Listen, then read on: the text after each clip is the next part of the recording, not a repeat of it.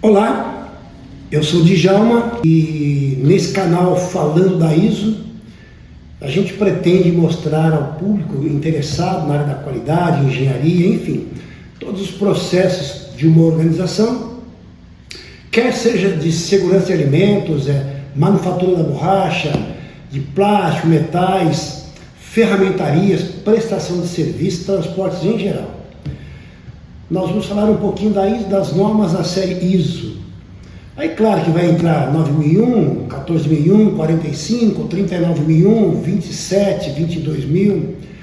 A cada edição nós vamos mencionar um pouquinho dos requisitos. Nos acompanhe no canal e você vai entender os requisitos das séries ISO. Vale lembrar que cada norma tem suas particularidades. Assim como também cada empresa também tem suas particularidades. É em função disso que as normas da série ISO, ela casa com cada organização. Mas antes de entrarmos no assunto, preciso falar um pouquinho da história da ISO 9000.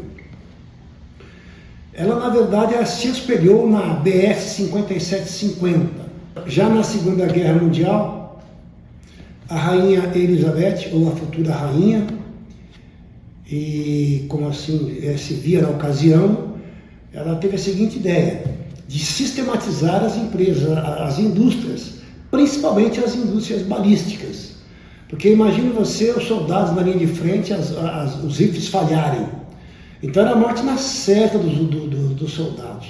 Então, uma forma que ela achou de fazer com que as balas não falhassem, as armas não falhassem, ela então estabeleceu a BS 5750, que estabeleceu procedimentos. Então, tudo teria que ter procedimentos documentados. É daí que a ISO 9000 se espelha. Então, começa uma nova geração de normas. Então, nasce aí, então, a primeira versão da norma ISO 9000 em 1987. Olha o que é legal. Quando ela veio para o Brasil, ela veio com termos muito técnicos, bem técnicos. Assim como é nos dias de hoje. Não são todos os profissionais que entendem alguns termos que estão ali. Agora imagine num país, né, onde a população, o efetivo das indústrias geralmente eram semi-analfabetos ou muito técnicos, engenheiros muito técnicos, que não conheciam o linguajar dessas normas. Então ficava difícil entender o que estava escrito ali. É onde entra então os profissionais da qualidade. Os profissionais da qualidade é que começaram então a destrinchar as normas da série ISO. Começou então a certificar as empresas. Na verdade, as empresas começaram a se certificar no Brasil na década de 90. Acredito que as primeiras certificações deu início aí em 1994, 1995. Gastava-se uma fortuna para fazer uma certificação, tanto com consultoria como com as empresas de certificação. Veja bem, não tinha profissionais qualificados no Brasil, eram pouquíssimos. Então era uma mão de obra escassa e cara. Ok? Então em 1990 teve a primeira revisão da norma, que também ainda vinha com muitos termos técnicos. Em 1994 nasceu a primeira norma que o Brasil começou a adotar. Nessa norma existia lá 20 procedimentos que eram mandatórios, obrigatórios, tá ok? Então, e ela era dividida em três normas. ISO 9001, que eram os 20 procedimentos, poderia ser aí alguns itens de exclusões. Não eram todos os procedimentos que eram específicos de cada empresa. Então, por exemplo, uma empresa que não tinha projeto de desenvolvimento se encaixava na ISO 9002. Uma empresa que prestava serviço se encaixava na 9003. Era meio que confuso, mas à medida em que os tempos foram passando, os profissionais da área da qualidade, foi nascendo os consultores, eles começaram a entender as normas e começou a ter facilidade na implantação.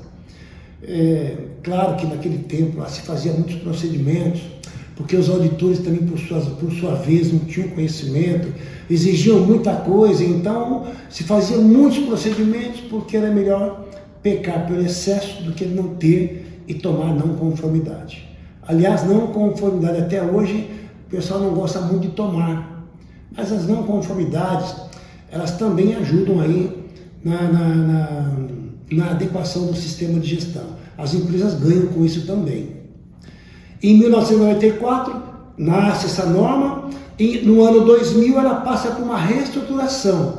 Deixa de ter as 3 normas, as 9001, 9002, 9004, uma só engrupa essas 3 normas aí. Ela passa a ter a abordagem de processo e melhoria contínua, com um envolvimento bem maior da alta administração, da alta direção. Em 2008, ela passou por uma revisão apenas com alguns esclarecimentos, algumas coisas que pudessem aí auxiliar os profissionais na interpretação. Passa também a compartilhar dados com a 14001. Alguns requisitos ali poderiam ser adotados pela 14001, que é meio ambiente. Em 2015, teve a mesma estrutura, tudo direitinho, e aquela figura do representante da direção passa a não estar mais ali. Mas se você analisar o texto ali, 5.3, com bastante detalhes, você vai observar que está ali o representante da direção, ou o coordenador da qualidade, alguém que realmente assume a função do sistema de gestão da qualidade. Afinal, para que serve a ISO 9001 ou a 14001, enfim, as normas na minha empresa? Interessante, mas eu acho que todo auditor deveria fazer essa pergunta ao empresário. É uma das perguntas que deveria ser logo na reunião de abertura, quando o auditor inicia um processo de auditoria. Isso auxilia, na verdade, no crescimento da empresa. Qual o objetivo da norma ISO 9000? Simples. A ISO 9001, ela se tornou um planejamento estratégico. Qualquer empresa que quer nascer, que quer ser gerada, deveria adotar antes, não a certificação, mas a adoção da ISO 9000. Porque ele vai observar ali que a norma, na verdade, ela é um planejamento estratégico. A empresa tem que ter uma certificação. Uma empresa que tem uma certificação, ela deve crescer, deve ganhar, deve diminuir gastos com retrabalhos, gastos com mão de obra desqualificada, gastos com clientes indesejáveis, gastos com processos, gastos com novos projetos.